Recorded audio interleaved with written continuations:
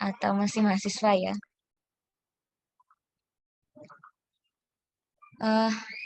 Oke, langsung saja. Untuk peta konsepnya yaitu bisa dilihat ya, syariah atau konsep di dalam syariah ada konsep syariat Islam dan tujuan dan prinsip syariah. Terus yang kedua itu ibadah. Ibadah itu ada dua, yaitu ibadah mardhoh dan ibadah ghair mardhoh. Untuk yang fikih yaitu tata pelaksanaan ibadah. Oke, langsung saja. Teman-teman kalau melihat gambar ini, apa yang ada di benak pikiran teman-teman? Gambar apa ini? Ada seorang ibu-ibu yang lagi sholat. Ya,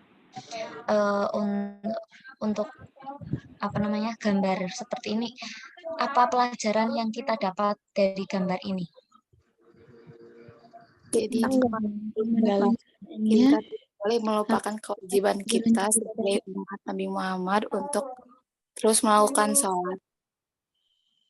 Iya. Ya, satu-satu ya kalau mau menjawab ini. Tidak kedengaran tadi siapa? Mbak Salma ya? Bisa diulangi lagi Mbak Salma gimana? Ya, jadi dimanapun tempatnya berada dan dimanapun situasinya, kita tidak boleh melupakan kewajiban kita sebagai makhluk untuk beribadah kepada Allah, yaitu sholat. Iya, pintar. Beri aplaus buat Mbak Salma. Ya, betul. Bahwasanya sholat itu wajib dilaksanakan dimanapun kita berada. Sampai ini gambar seperti ini, ibunya masih sibuk berdagang tapi tidak lupa untuk melaksanakan sholat. Lanjut. Nah, untuk apa sih ilmu fikih itu? Sebelum kita melanjutkan lebih jauh tentang materi ini, sebelumnya ada yang tahu enggak ilmu fikih itu apa?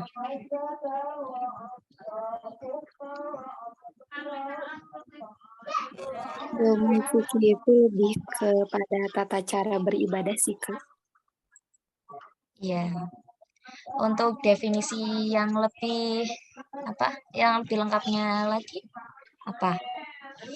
Ini ya, ilmu fikih adalah salah satu bidang keilmuan dalam syariah Islam yang secara khusus membahas persoalan hukum atau aturan yang terkait dengan berbagai aspek kehidupan manusia, baik yang menyangkut individu, masyarakat, maupun hubungan manusia dengan penciptanya. Nah, sekarang kita sudah tahu ya mengenai ilmu fikih karena dulu di kelas 10 udah ada ya materi ini ya. Kita flashback saja untuk materi ini. Nah, untuk dalam syariat Islam ada 3 bagian yang sangat penting. Apa saja itu? Ada yang bisa jawab?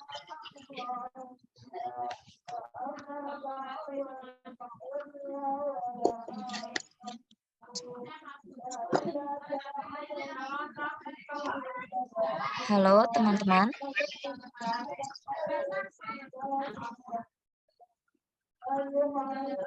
Ya, ada deh. Syariat Islam. Mbak Ratu bisa di-unmute ya?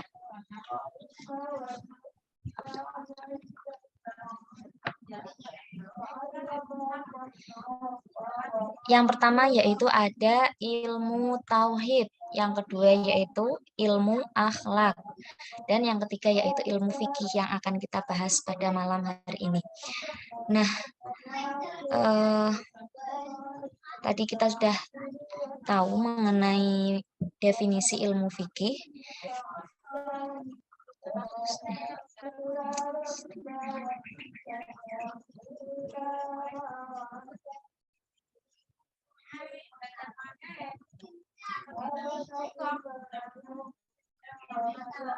Nah, adapun untuk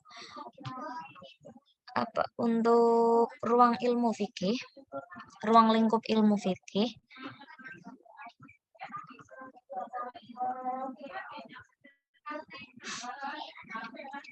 ruang lingkup ilmu fikih itu semua hukum yang berbentuk amaliyah untuk diamalkan oleh setiap mukallaf. Nah, mukallaf itu Artinya orang yang sudah dibebani atau diberi tanggung jawab melaksanakan ajaran syariah Islam dengan tanda-tanda seperti baligh, berakal, sadar, dan sudah masuk Islam. Hukum yang diatur dalam fikih itu terdiri dari hukum wajib, sunnah, mubah, makruh, dan haram. Untuk definisi wajib, sunnah, makruh, dan haram itu teman-teman pasti udah pada mahir ya. Lanjut saja. Nah, ini tadi sudah kita bahas mengenai ini, tidak usah dibacakan ya. Untuk teman-teman, apakah menerima menerima PPT dari saya? Di grup ada enggak? Belum, Kak. Belum ada. Ya.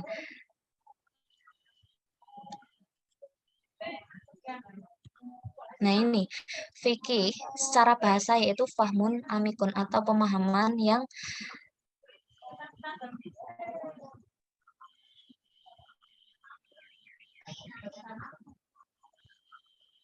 maaf ya.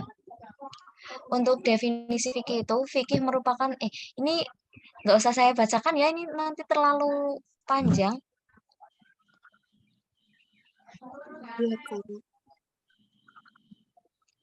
Lanjut saja. Tadi sampai ruang lingkup fikih. Yang pertama yaitu hukum Allah sama manusia, terus yang kedua itu hukum amalat, terus hukum manusia dan manusia. Sebelumnya saya tanya, kalau misalkan kita itu ibadahnya baik, ibadah sama Allah itu baik, sholat sunnahnya, terus tadarusnya juga sudah mahir, tapi hubungan dengan manusianya itu kurang. Itu baik apa enggak? Tidak. Alangkah lebih baiknya kalau kita dua-duanya baik sama Allahnya, baik sama manusia juga baik. Nah, gitu ya. Nah, itu. Kita sudah baik sama Allah. Harus seimbang, Kak. Hablum minallah, hablum minan. Iya. Hablum minallah wa hablum minan nas.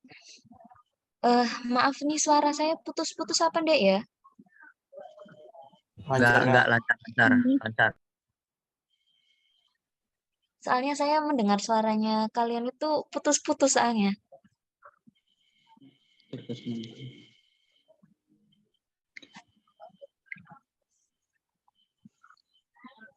Nah,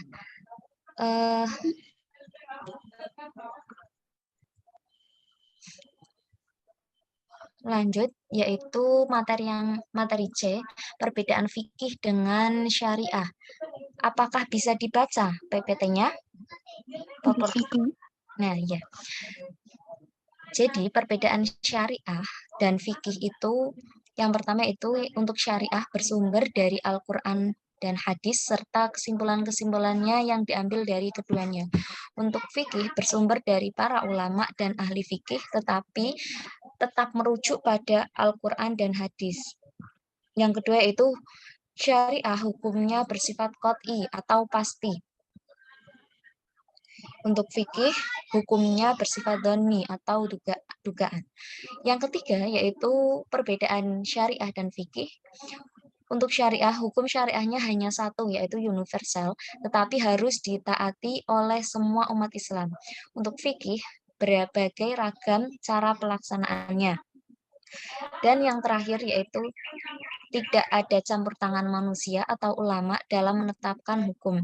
Terus untuk fikih adanya campur tangan atau ijtihad para ulama dalam penetapan pelaksanaan hukum.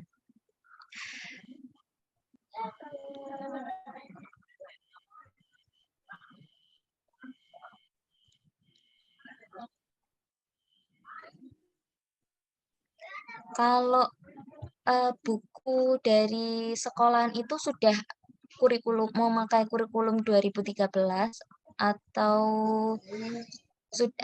masih memakai Kurtilas, apa sudah memakai apa namanya yang sekarang itu kurikulum Merdeka? bukunya sama enggak sama yang untuk kurikulum 2013?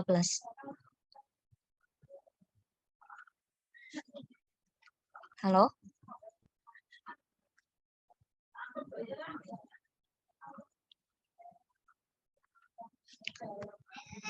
Sinyalnya susah ya?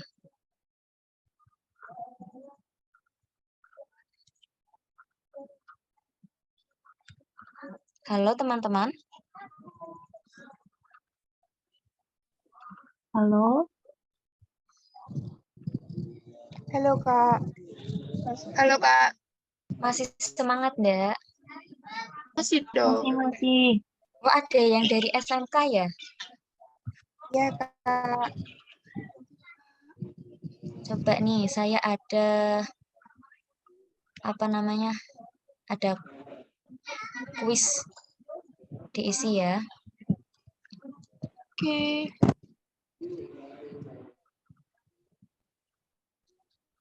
Kita break dulu.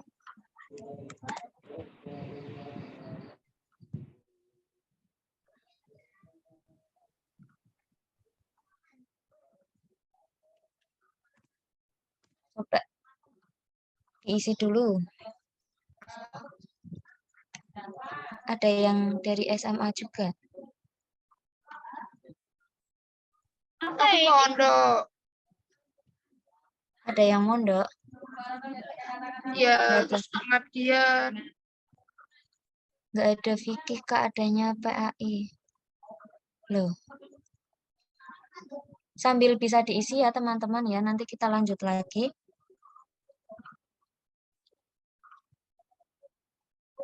Udah bisa diakses belum itu linknya?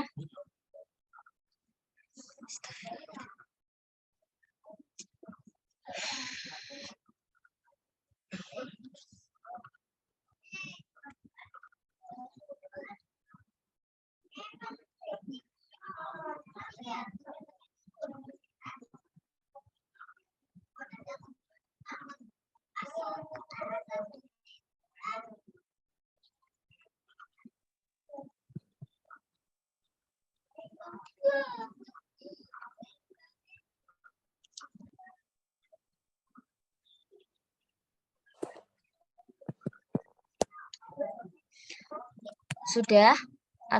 Kita lanjut lagi saja ya.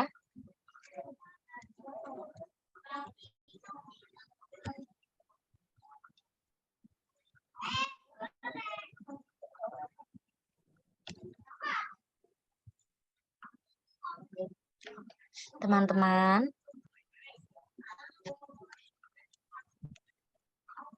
Lanjut.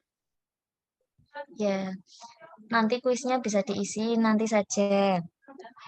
Itu hanya buat merefresh otak saja. Lanjut materi selanjutnya yaitu perbedaan fikih dengan syariah.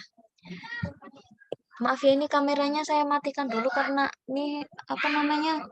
Saya tidak dengar suara kalian, putus-putus suaranya.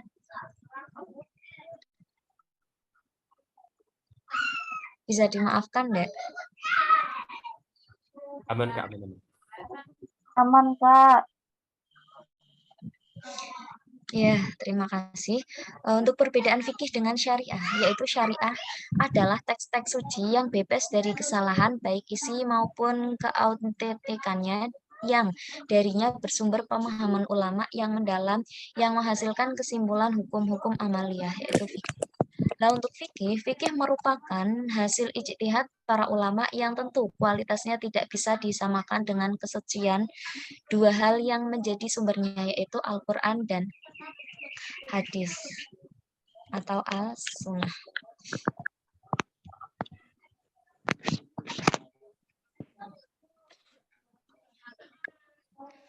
Materi selanjutnya yaitu ibadah dan karakteristiknya. Sebelumnya ini teman-teman itu udah pernah menginjak materi fikih yang bab ini belum ya?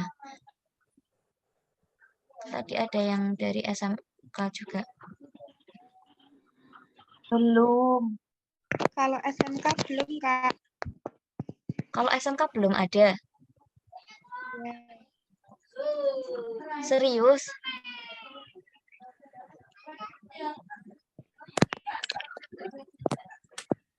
Belum. SMA belum. Nah, ini kelas berapa? Kelas 12 kan ya?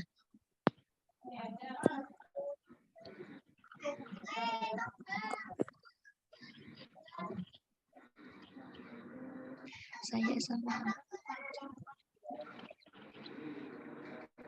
Loh.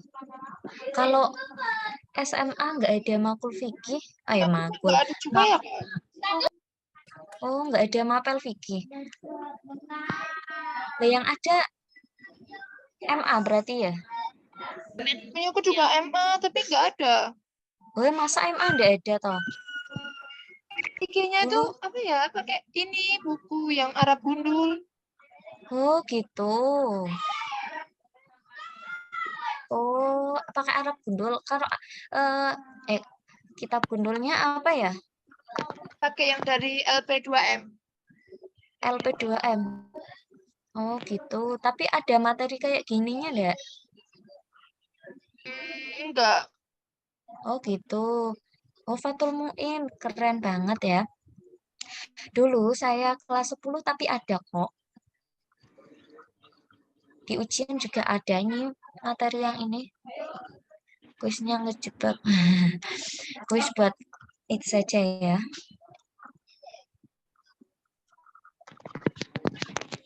Berarti kalau untuk merujuknya dari kitab malah lebih detail ya. Oh, beda kurikulum. Loh, kalian pakai kurikulum apa toh?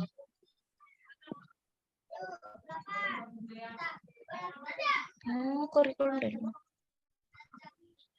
Beda-beda ya. Oh, gitu. Ini saya soalnya materi ini itu ambil dari dulu pas kelas 10. Nah, kelas 10 ini ada materi maksudnya di bukunya iya sama 2013 itu materi yang pertama untuk kelas 10 itu fikih dalam konsep ibadah. Apa tadi?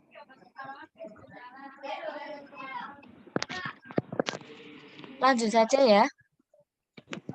Nanti kalau ada yang belum paham, nanti bisa ditanyakan atau bisa japri saya. Nah, untuk materi selanjutnya yaitu ibadah dan karakteristiknya. Ibadah, kalau kita definisi ibadah itu apa?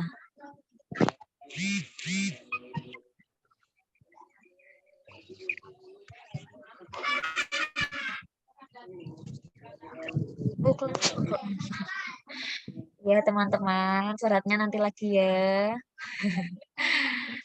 Ya, sekarang kita masuk materi. Nah, ya betul, bentuk pengabdian kita kepada Tuhan. Terus apa lagi? Ibadah. Kalau definisi ibadah itu kalau secara apa namanya? Versinya itu banyak ya, ibadah.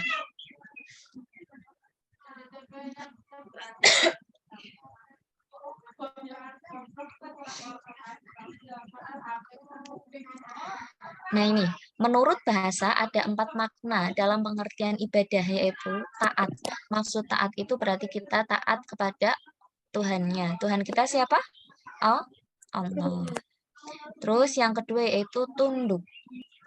Terus yang ketiga itu hina.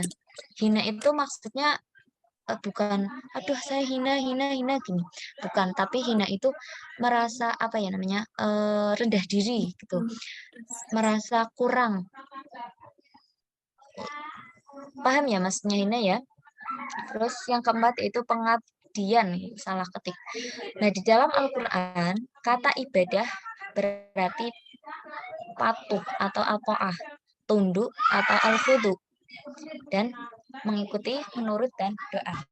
Menurut ulama fikih, ibadah adalah semua bentuk pekerjaan yang bertujuan memperoleh ridha Allah dan mendambakan pahala darinya di akhirat. Kalian pernah enggak lihat ulama atau ulama beliau itu saking saking taatnya atau saking tunduknya, saking cintanya dia kepada beliau, saking cintanya beliau kepada Allah.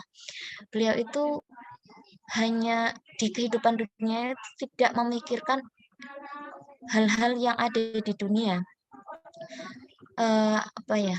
Pernah dengar cerita itu enggak ya? Pernah. Ya. Ya.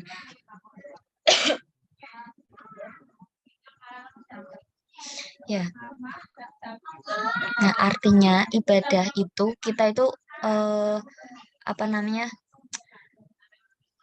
yang tahu itu antara kita sama Allah. Gitu ya. Ya, kelas. Ini hablum minallah, Kak. Ya, betul.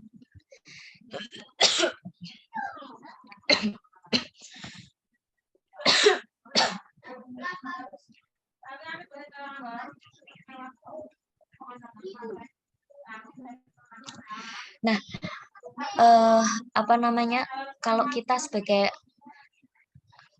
Muslim, seorang Muslim itu kan pastinya ya Tuhan kita itu Allah.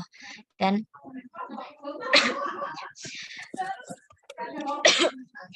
mohon maaf, saya masih tidak enak badan. Nah, untuk dasar tentang ibadah dalam Islam. Kalau kita agamanya Islam ya. Nah, dasar atau rujukannya dalam Al-Qur'an banyak ayat tentang dasar-dasar ibadah sebagai berikut, yaitu yang pertama yaitu ada dalam Quran surat Az-Zariyat ayat ke-56.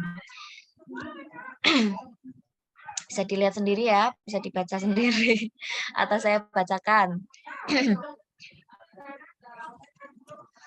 Baca sendiri saja ya. Untuk yang kedua, dasar yang kedua yaitu bersumber dari Quran surat Al-Baqarah ayat ke-21. Untuk macam-macam ibadah, ada berapa macam-macam ibadah? 2. Apa saja? 2 ibadah Mahdo dan ghairu mahdo. Oke, untuk nggak usah pengertiannya. Sekarang contoh ibadah mahdoh itu apa? Dan ghairu mahdoh itu yang seperti apa? Mahdo ya. Mahdo sholat, ghairu mahdo sedekah. Gimana, Mas? Mahdo sholat, ghairu mahdo sedekah. Betul gak? Oke, betul sekali. Selain sholat, ibadah mahdoh apalagi? Puasa. Puasa, terus Baca Quran. puasa, zakat, dan haji. Betul. Untuk ghairu mahdoh, bentuknya banyak ya. Ada Birrul walidain. ya, ada apa lagi? Sedekah. Zakat itu ibadah mahdoh. Kalau ini ghairu mahdoh apalagi? Sedekah. Sedekah. Terus apa lagi? Tolong Untuk yang menolong. sudah ya, untuk yang ya, Menyantuni anak yatim. betul. Nah, untuk yang sudah berkeluarga, di sini ada yang sudah berkeluarga belum? Ada yang sudah berkeluarga? Menghadiri undangan.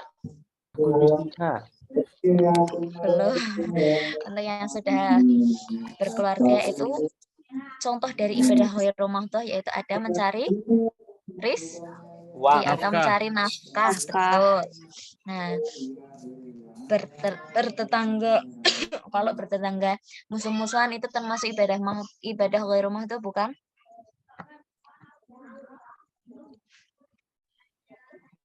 Tidak. Bukan ya? Bukan. Lah, untuk jenis ibadah dari segi pelaksanaannya yaitu ada 3.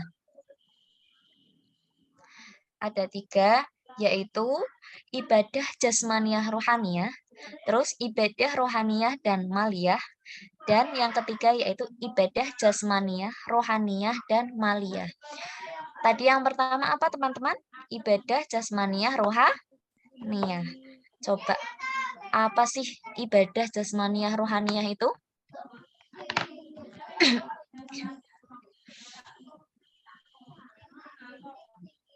Ya emang sampai slide-nya masih sampai sini. Oh iya ini sudah ada. Maaf ya ini soalnya slide-nya yang buat bukan saya. Ya sama saya, tapi untuk bagian yang akhir-akhir itu saya tidak ikut buatnya. Nah, ibadah jasmaniyah rohaniyah. Apa itu ibadah jasmaniyah rohaniyah? Jasmaniyah. Jasmani. Rohaniyah. Rohani gitu ya. Nah, ibadah jasmaniyah rohaniyah itu perpaduan ibadah antara jasmani dan rohani. Misalnya, sholat dan puasa. Betul, ini pejuang PTKN. Untuk ibadah rohaniyah dan maliyah, yaitu apa? Perpaduan ibadah. Zakat. Ya, betul. Untuk ibadah jasmaniyah, rohaniyah, dan maliyah, apa itu?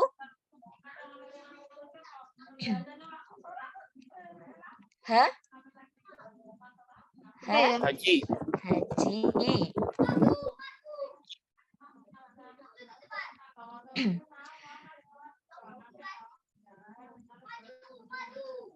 Kalau ibadah, tadi kan ibadah ada dua ya, macam-macam secara umumnya. Secara garis besarnya itu yang tadi ibadah mahdhah dan ghairu mahdhah. Nah, dari ibadah jenis ibadah dari segi pelaksanaannya itu ada 3, yaitu ibadah jasmaniyah rohaniyah, yang kedua yaitu ibadah ibadah rohaniyah dan maliyah, dan yang ketiga yaitu ibadah jasmaniyah, rohaniyah, dan maliyah. Lah untuk ibadah ditinjau dari segi kepentingannya ada 2, yaitu kepentingan fardhi atau perorangan seperti sholat dan kepentingan ijtimai atau masyarakat seperti zakat dan haji. Sebenarnya macam-macam dari ibadah itu ada banyak. Nah, ditinjau dari segi bentuknya ibadah itu ada 5. Tadi yang pertama yang secara garis besar, diulangi lagi ya. Ibadah yang secara garis besar itu ada 2, yaitu ibadah mahdhah dan ghairu mahdhah. Nah, secara ibadah dari segi pelaksanaannya ada 3, yaitu ibadah jasmaniyah rohaniyah, ibadah rohaniyah dan maliyah. Yang ketiga ibadah jasmaniyah, rohaniyah, dan maliyah. Maliyah, mal itu artinya harta, benda. Nah kan haji itu bagi yang mampu. Haji menunaikan ibadah haji itu juga perlu uang ya. Maaf. Ya enggak apa-apa. Yang selanjutnya itu ibadah dari segi kepentingannya itu ada 2, yaitu ibadah fardhi atau perorangan dan ijtimai atau masyarakat. Ibadah dalam segi bentuknya, tadi segi kepentingan, sekarang segi bentuknya ada 5, yaitu ibadah dalam bentuk perkataan atau lisan seperti zikir, doa, tahmid, dan membaca Al-Quran. Terus yang kedua, ibadah dalam bentuk perbuatan yang tidak ditentukan bentuknya, seperti membantu atau menolong orang lain, jihad, dan mengurus jenazah. Yang ketiga, ibadah dalam bentuk pekerjaan yang telah ditentukan bentuknya, seperti sholat, puasa, zakat, dan haji. Yang selanjutnya, ibadah yang tata cara pelaksanaannya berbentuk menahan diri seperti puasa, iktikaf, dan ihram. Yang terakhir atau yang kelima, yaitu ibadah yang berbentuk menggugurkan hak seperti memaafkan orang yang telah melakukan kesalahan kepada dirinya dan membebaskan seseorang yang berutang kepadanya. Sebenarnya ibadah itu bentuknya ada banyak. Yang penting itu artinya yang penting pada jalan yang benar, yaitu dalam jalan Allah. Materi yang selanjutnya.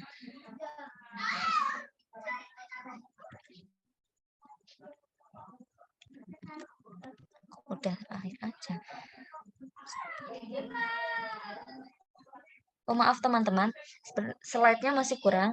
Nah untuk kekurangannya itu materi prinsip-prinsip ibadah dalam Islam. Nah di dalam ibadah yang disyariatkan oleh Allah Subhanahu wa taala dibangun di atas landasan yang kokoh, yaitu yang pertama itu niat. Ada yang tahu hadis tentang niat? Innamal a'malu binniyat. Ya, betul. Sebenarnya teman-teman itu udah pada pintar ya. Betul. Hadis pertama di hadis Arba'in Nawawi. Setelah niat, yaitu ada ibadah yang tulus kepada Allah. Kalau di pondok itu, misalkan di sini ada yang mondok ya?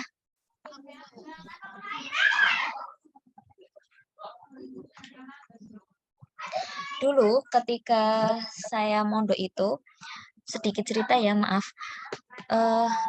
Ada kewajiban untuk sholat tahajud dan sholat duha. Sebenarnya itu ibadah yang yang sulit, yang susah untuk dilakukan. Karena apa? Karena kalau tahajud itu kan bangun malam-malam. Nah, kalau di pondok itu kan udah tidurnya malam, terus bangunnya juga harus kasih itu kasih cepat. Nah, dari itu kan kalau tidak mengerjakan atau tidak melaksanakan sholat duha dan sholat tahajud, itu ada kena hukumannya. Tapi lama-kelamaan itu akan menjadi sebuah ibadah yang kebiasaan. Dalam artian kalau kita sudah terbiasa melakukan duha, sudah biasa melakukan tahajud, terus suatu saat kita tidak melakukan, pasti rasanya akan ganjel. Artinya itu enggak enak banget. Ada apa sih ini? Oh, ternyata belum sholat duha. Jadi ibadah itu awalannya untuk menjadi untuk istiqomah itu harus berangkat dari terpaksa. Nah, dari terpaksa kita akan kebiasaan. Betul, kebiasaan sama dengan cinta. Terus habis setelah ini kebiasaan sama dengan cinta itu akan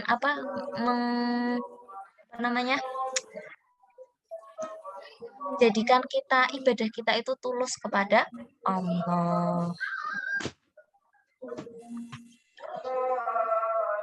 Nah, tadi yang pertama niat, yang kedua itu ibadah tulus kepada Allah, terus yang ketiga, keharusan untuk menjadikan Rasulullah sebagai teladan dan pembimbing dalam ibadah. Dan yang keempat itu ibadah itu memiliki batas kadar dan waktu yang tidak boleh dilampaui. Yang selanjutnya, yang kelima, keharusan menjadikan ibadah dibangun di atas kecintaan, ketundukan, dan ketakutan dan pengharapan Allah, seperti yang cerita tadi ya. Yang keenam, beribadah dalam keseimbangan antara dunia akhirat, artinya proporsional, tidak hanya semata-mata kehidupan akhirat saja yang dikejar, tapi kehidupan dunia.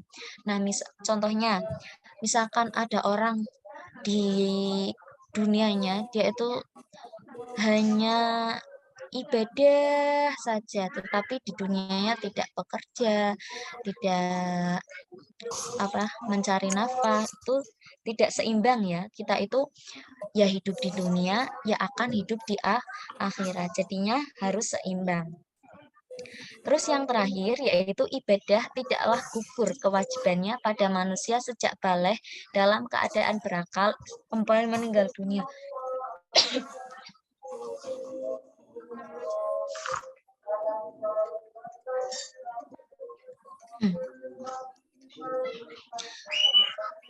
Untuk tujuan ibadah dalam Islam,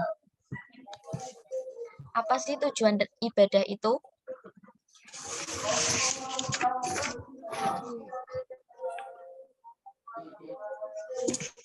Apa tujuan ibadah dalam Islam? Tujuannya yaitu untuk membersihkan dan menyucikan jiwa dengan mengenal dan mendekati diri kepada Allah Subhanahu wa taala serta mengharapkan ridho dari Allah Subhanahu wa taala. ya. Tujuan ibadah itu tujuannya untuk membersihkan dan menyucikan jiwa dengan mengenal dan mendekatkan diri kepada Allah. Untuk apa keterkaitan ibadah dalam kehidupan sehari-hari? Keterkaitannya itu segala sesuatu yang dilakukan oleh manusia bisa bernilai ibadah, namun tergantung pada niatnya masing-masing. Maka dapat dikatakan bahwa aktivitas manusia dapat bernilai ganda, yaitu bernilai material dan bernilai spiritual. Misalkan kita itu melakukan apa ya? Kalau misalkan di sekolahan aja wes. Di sekolahan guru meminta siswa untuk membersihkan kantor guru. Nah, si siswa ini anut atau melaksanakan, tetapi dia itu niatnya mau cari perhatian kepada gurunya. Itu boleh enggak? Enggak. Nggak boleh. Karena apa? Kenapa soalnya? Harus orang lain, bukan ridho dari Allah. Saya tidak mengharapkan Tidak hanya puji Pamri. Ya, hanya niatnya itu dari niatnya saja sudah tidak baik, apalagi dalam melaksanakan pekerjaannya.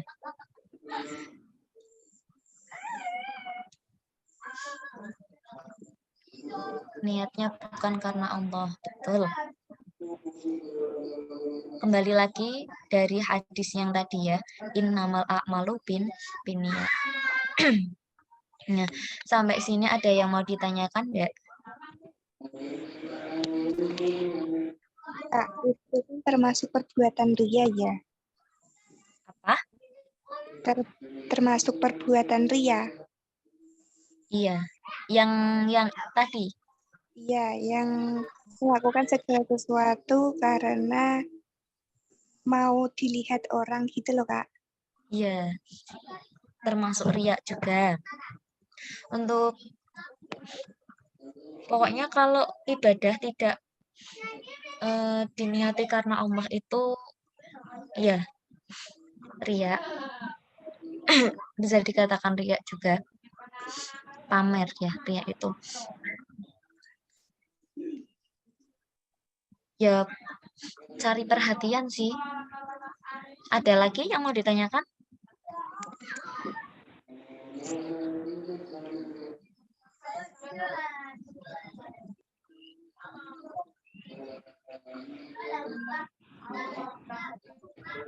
Kalau ibadah mengharapkan pahala, ya emang ibadah itu mengharapkan pahala toh? Iya, Kak.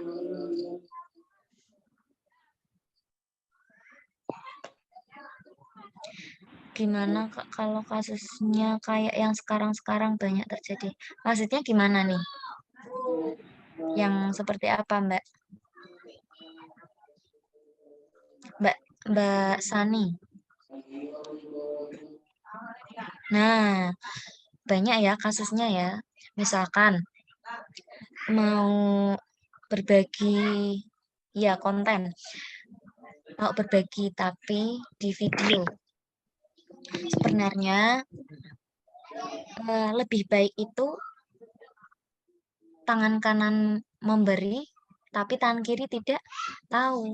Sebenarnya yang baik seperti itu. Tapi kalau zaman sekarang kan kayak serba dikontenin, itu sebenarnya tidak bagus itu.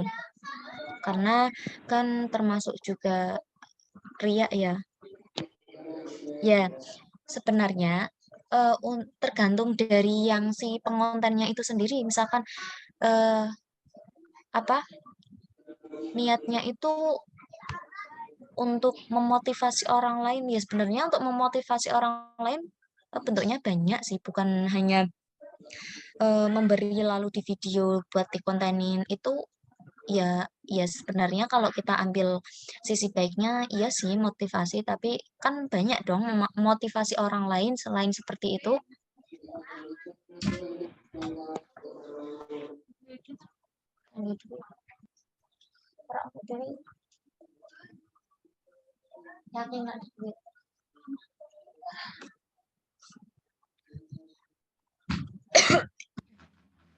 Maaf ya.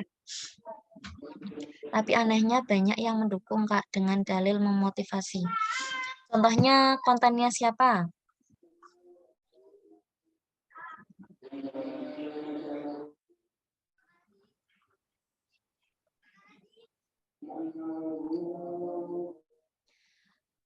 Kalau sebenarnya dari kita sendiri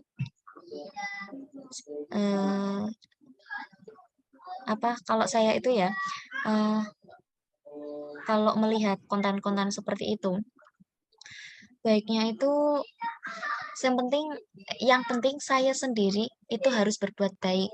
Dan kalau menilai konten itu ya emang kontennya sebenarnya ria. Kalau sebenarnya yang paling baik itu tangan kanan memberi dan tangan kiri itu tidak mengetahui, sebaiknya jangan dikontenin. Tapi kalau misalkan kita termotivasi dari konten tersebut ya baik sih. Tapi kalau sebenarnya sih si yang membuat konten itu sebenarnya kalau mau memberi itu sebenarnya ya jangan jangan di video. Tapi kalau sehari-harinya udah biasa di video, ya gimana ya itu hukumnya udah sama Allah sendiri.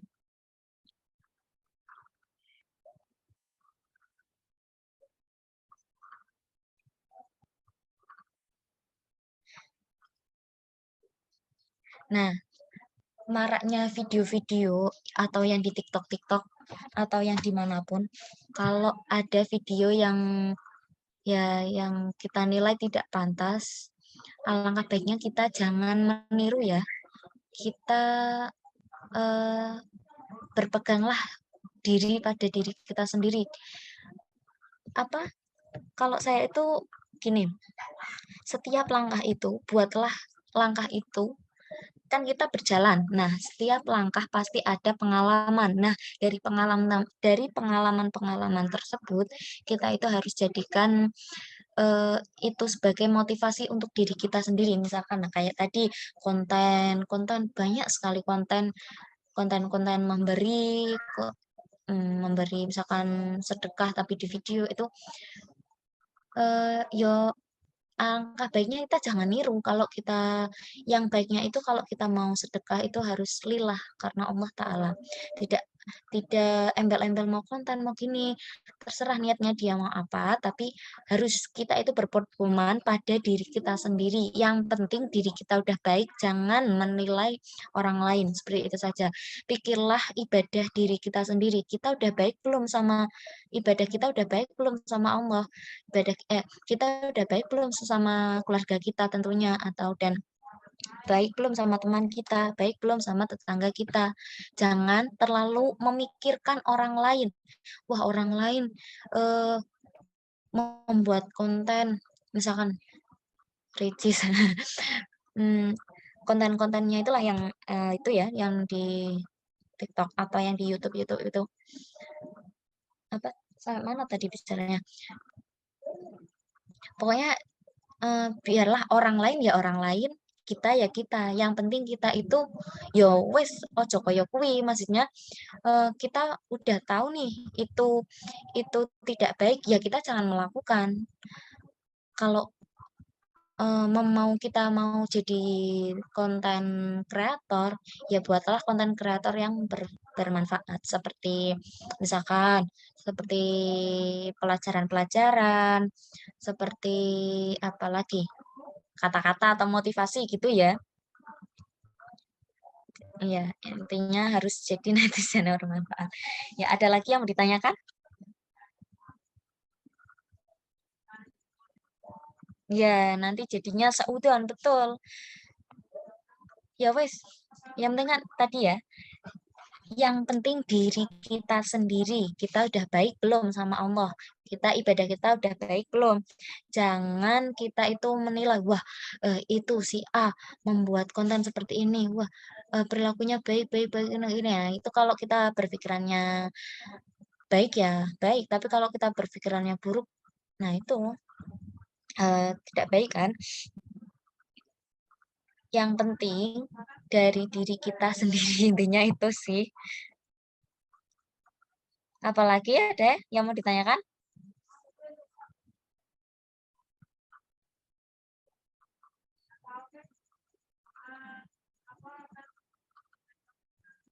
Iya, ambil baiknya saja. Selain tentang konten-konten, ada lagi yang mau ditanyakan?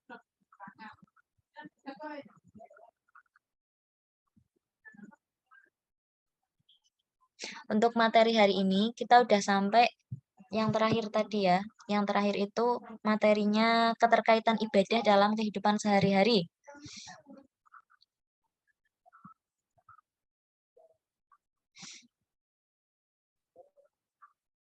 Paham enggak sama apa yang saya sampaikan?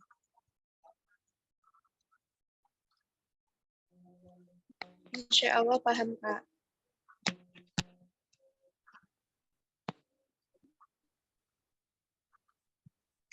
Untuk ujian madrasah, apa namanya? Iya ya, ujian madrasah itu kapan sih?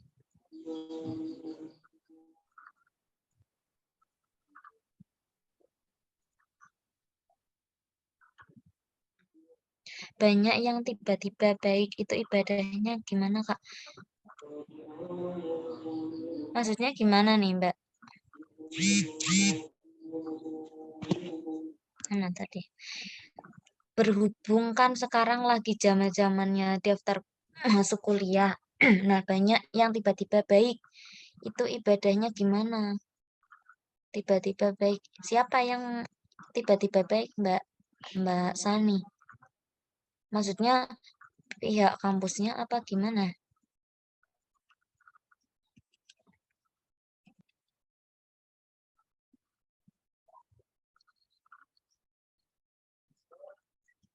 Mbak Sani?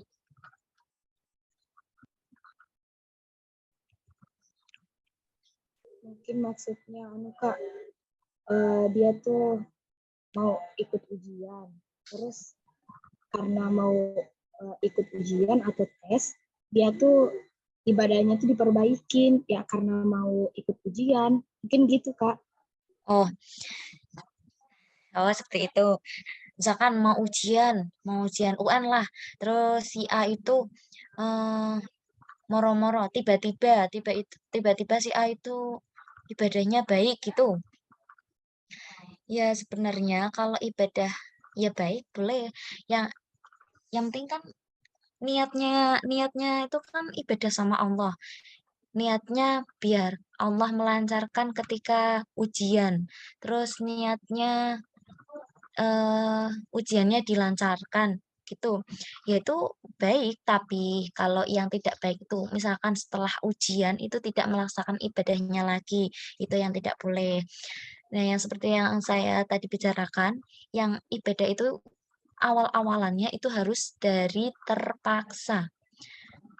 Kalau sudah terpaksa, akan timbul rasanya cinta atau kebiasaan seperti itu.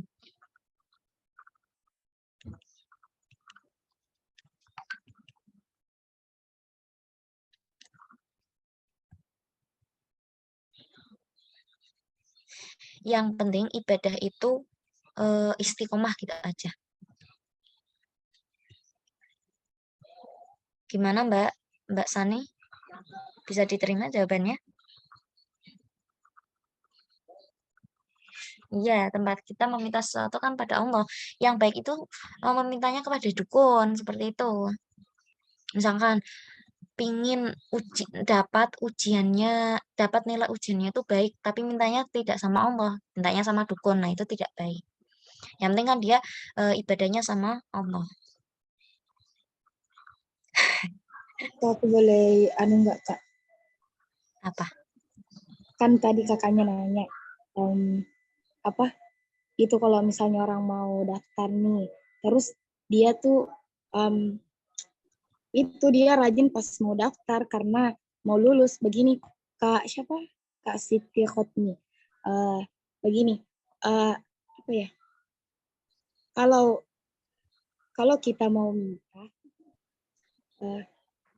logikanya gimana ya Kak? Setidaknya kita tuh kembali kepada Allah gitu. Maksudnya kita mau minta ya sama Allah, masa kita mau minta nggak kembali ke Allah? Gitu sih Kak. Nah, iya, seperti itu. Tuh, siapa Mbak? Siapa yang jawab? Mutmainah Kak. Iya. Gimana Mbak siapa? Mbak Sani. Bisa diterima enggak? Bisa Kak. Kalau ke dukun beranak, nah untuk bayi ya nggak apa-apa, emang harus ke dukun beranak ya. Bukan. Ada lagi enggak yang mau ditanyakan? Sebelum nanti saya share soalnya. Untuk share soalnya di grup apa di sini ya? Kak adminnya masih di sini? Halo?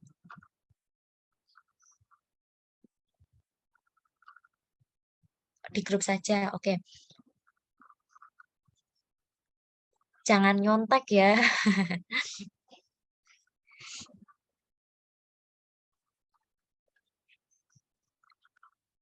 Ada deadline-nya enggak untuk pengerjaan soalnya? Misalkan malam ini harus selesai soal mengerjakannya, atau sampai besok, atau sampai kita belajar fikih lagi.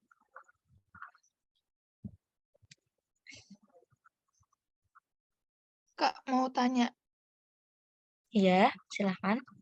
ini jadwal Oh, belajarnya ada jadwalnya apa emang random? sebenarnya udah ada jadwalnya.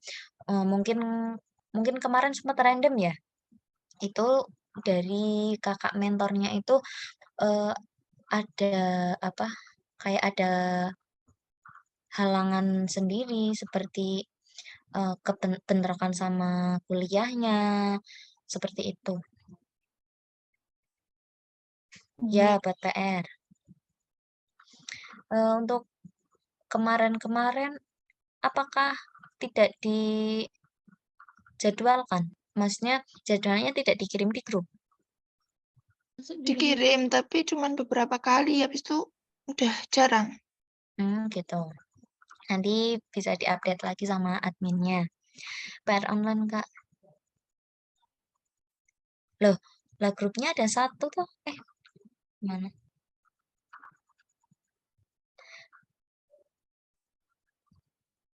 Intinya nanti kalau udah di-share, dijawab sebisanya ya. Di-share soalnya, jawab sebisanya. Kalau ada yang mau ditanyakan, boleh japri saya. Punya nomor WA-nya saya enggak? Atau nanti bisa bisa bisa minta adminnya.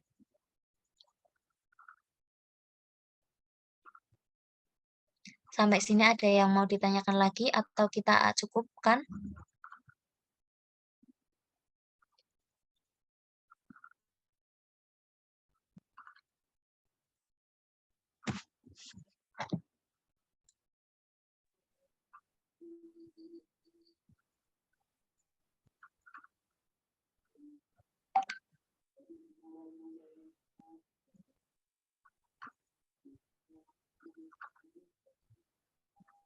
Kak mau bertanya. Ya. Seumpamanya kan kadang-kadang orang itu kan sholat taraweh ya, terus tuh kayak soalnya kan rakaatnya soalnya banyak, kan kadang-kadang orang tuh kayak ngeluh kayak sakit, kayak capek gitu tuh ibadahnya gimana Kak hukumnya? Untuk ibadah atau sholat raweh itu kan hukumnya sunnah ya, Ya, tidak wajib. Nah, untuk misalkan kan rakaatnya banyak, Lah misalkan ada yang istirahat, ada yang capek, ya enggak apa-apa karena kan terawih sendiri itu kan hukumnya wajib. Hukumnya sunnah. Seperti yang di siapa ya? Seperti yang dikatakan sama siapa ya? Saya lupa. Intinya kalau kita itu untuk sholat tarawih itu jangan ngebet, maksudnya itu ya udah kita laksanakan sebisa kita, nggak usah menganggap tarawih itu wajib karena kan tarawih itu sunnah, nggak usah ngebet harus raweh gini-gini. Ya bagus sih kalau gitu, tapi kan kembali lagi kalau tarawih itu hukumnya sunnah.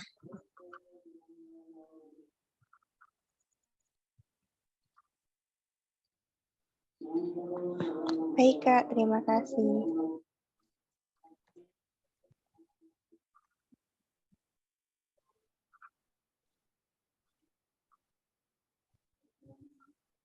Apa hukumnya sholat tapi ditarik sama teman sendiri atau dibatalin? Apalagi kalau udah rakaat terakhir harus ngulang. Ini untuk sholat sunnah atau sholat wajib?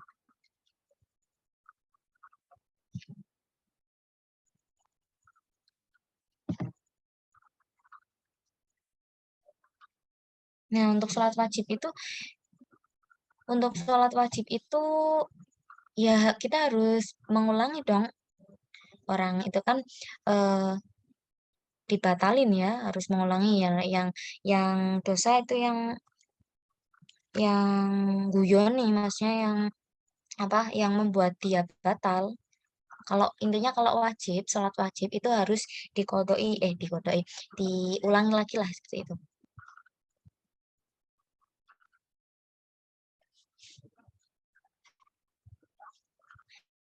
Apa tadi saya tadi udah perkenalan ya. Apa tadi saya tidak menyebutkan saya semester berapa? Belum Kak. Oh, ya udah maaf, mungkin saya lupa. Saya mahasiswa pendidikan bahasa Arab. Nah, sebenarnya fikih itu saya bukan wadahnya. Tapi ya kita kembali lagi kita flashback materi mata pelajaran waktu MA seperti itu, dan sifatnya itu kita sharing-sharing ya, bukan saya yang mengajari dan kalian muridnya gitu, enggak. Kita sama-sama belajar bareng gitu aja. Saya semester 6 jurusan pendidikan bahasa Arab. Terus saya kuliah di kampus Universitas Islam Negeri UIN Kiai Haji Abdurrahman Wahid Pekalongan. Angkatan 2020 betul. Fakultas FTI betul. Angkatan Corona sama ya. Apalagi yang mau ditanyakan? Kak, sebelumnya caranya bisa memahami bahasa Arab itu gimana Kak? Soalnya kan kalau saya tuh belum pernah ikut mondok, kan cuma sekolah biasa gitu loh.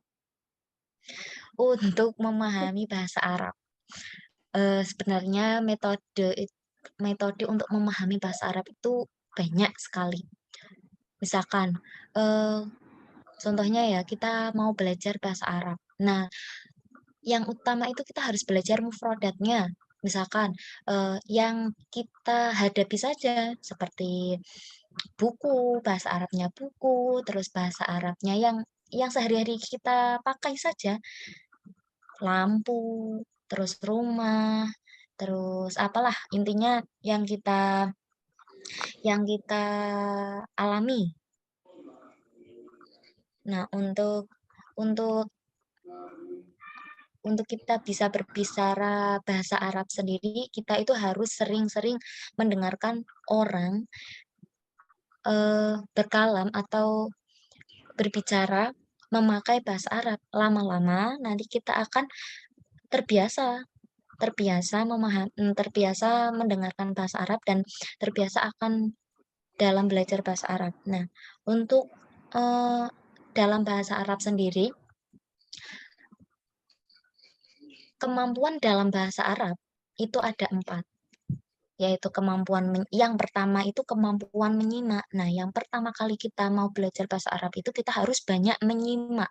Menyimak itu ya bisa kita mendengarkan misalkan kita kan udah punya HP ya, mendengarkan cerita-cerita atau sekarang banyak sih konten-konten bahasa Arab misalkan kayak kayak kartun-kartun bahasa Arab. Kita dengarkan dulu, kita simak dulu mereka berbicara bahasa Arab. Eh, setelah kita menyimak, sebentar.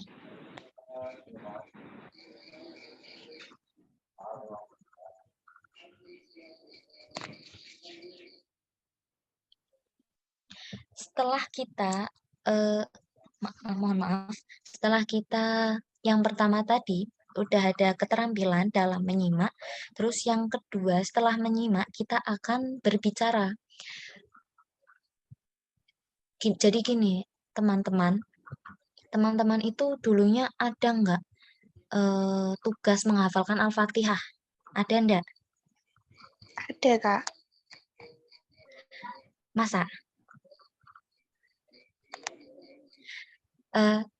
Kalau dulu itu saya ya, kalau Al-Fatihah itu saya tidak menghafalkan, tetapi saya itu hafal sendiri melalui istimak, melalui kita itu menyimak orang, memperhatikan, menyimak orang membaca Al-Fatihah, kan disolatkan Al-Fatihah wajib ya. Kita dengar terus dari kecil kan kita sholat.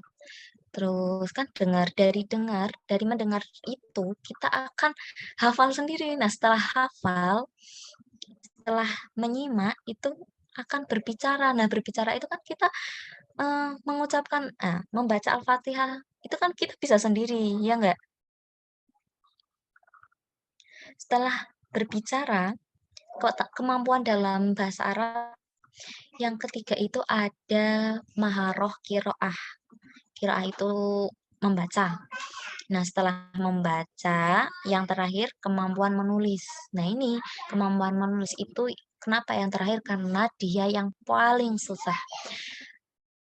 Kalau pendidikan bahasa Arab, itu skripsinya memakai bahasa Arab, tetapi boleh memakai bahasa Indonesia. Cuman kalau memakai bahasa Arab kan ada nilai plusnya. Seperti itu. Kan menulis memakai bahasa Arab itu susah ya, kayak kayak bahasa Inggris lah, sama kayak bahasa Inggris.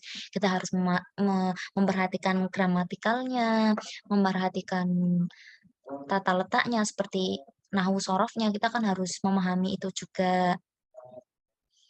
Seperti itu. Gimana Mbak, bisa dipahami enggak jawaban saya? Bisa, Kak. Terus ada yang mau ditanyakan lagi sebelum saya akhiri? Afwan Mbak Ana. Ada gitu.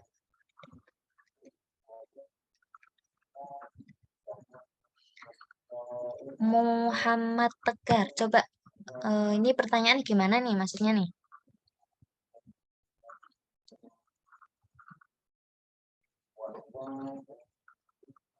Has?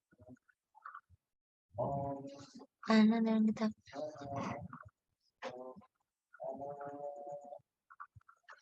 Untuk bisa menulis atau bisa mengabsahi gitu ya. Mengabsahi kitab. Itu yang pertama kita harus terus belajar atau terus berlatih. Kalau di kitab Gundul itu kan jaraknya antara satu sama lain itu kan deketan. Nah, itu dulu ketika saya mondok, tulisan untuk menghafal itu lurus banget, lurus. Dan kalau untuk menghafal kitab Gundul itu tidak bisa. Nah, yang pertama kita itu harus belajar menghafal yang dari awal-awalan dulu lah. Misalkan kita belajar dari buku, kita menulis sendiri, menulis bukunya. Terus setelah kita menulis buku, oh udah bagus. Nah, kita latihan di kitabnya. Kitab-kitab yang pertama saya belajar itu, ya Allah, Masya Allah, tulisannya. Tapi lama-kelamaan akan terbiasa menjadi tulisan yang alhamdulillah udah ya bisa dibaca lah seperti itu.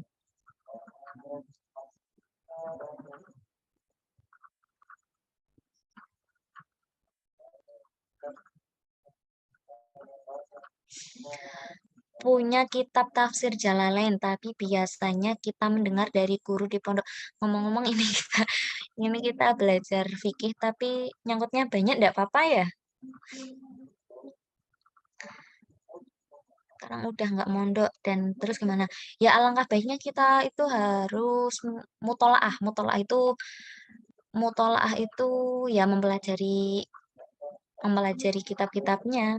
Tetapi kan tafsir Jalalain itu kan tebel. Tapi kalau kita masih belajarnya masih sampai di Al-Fatihah, kita belajarnya sampai Al-Fatihah itu sama gurunya. Terus kita di rumah belajarnya yang Al-Fatihah saja. Yang belum diajari gurunya jangan kita pelajari. Maksudnya gini, karena kan kalau kita belajar sendiri itu gurunya setan. Makanya kalau tidak ada gurunya jangan berani-beraninya kita itu ngaji. Mesti gimana ya? Kalau ngaji itu ya harus ada gurunya gitu, biar ada patokannya. Kalau tafsir Jalalain, kalau udah hatam, ya bolehlah kita mempelajari atau mutolaah lagi dari awal sampai akhir boleh. Tapi kalau masih sampai Al-Fatihah saja ya kita mempelajari di rumah ya sampai Al-Fatihah saja seperti itu. Kalau menurut saya sih. Gimana Mas? Mas apa Mbak? Nah, ya betul. Karena berkahnya ilmu ada sama gurunya. Kalau nggak ada gurunya, mau berkahnya dari siapa?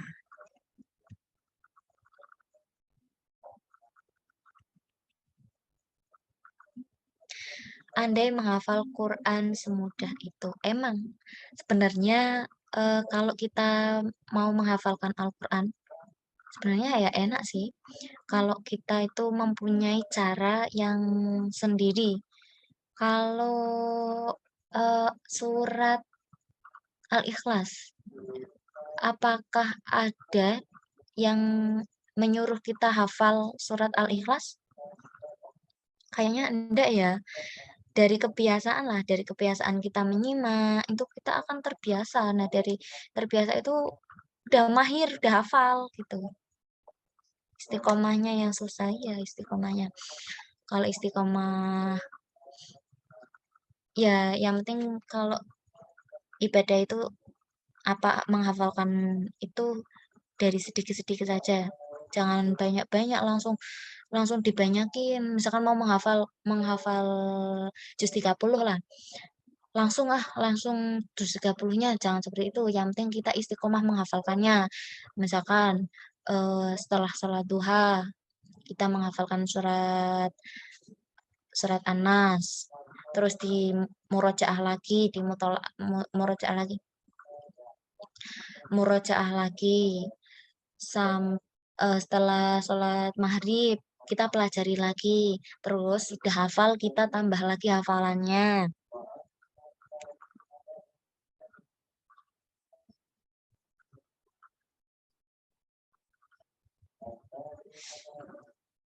Gimana untuk materi hari ini, Vicky? Ada yang mau ditanyakan enggak? Apa mau tanya-tanya yang lain?